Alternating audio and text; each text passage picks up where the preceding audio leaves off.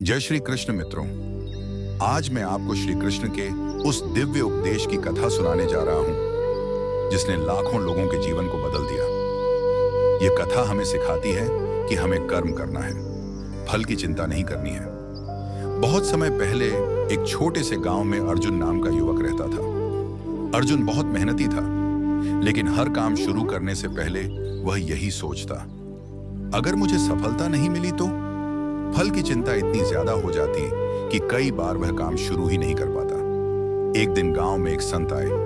अर्जुन उनके पास पहुंचा और बोला, गुरुदेव, मैं मेहनत तो करता हूं, लेकिन फल की चिंता मुझे डराती है, क्या करूं? संत मुस्कुराए और बोले, बेटा, तू नदी किनारे जा और वहां एक बीज बो, उसे रोज पानी देना, लेकिन फल कब निकलेगा इसकी चिंता मत करना। अर्जुन ने वैसा ही किया।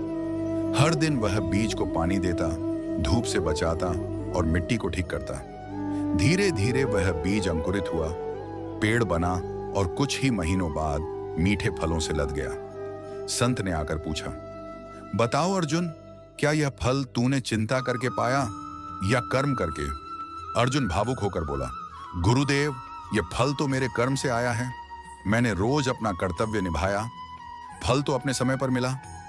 संत मुस्कुराए और बोले, यही तो श्री कृष्ण का संदेश है, कर्मण्येवाधिकारस्ते मां फलेषु कदाचन। तेरा अधिकार सिर्फ कर्म पर है, फल पर नहीं।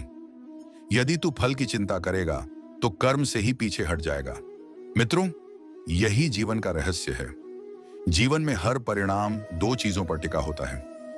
पहला है हमारा कर्म और दूसरा है हमारी भावनात्मक स्थिति।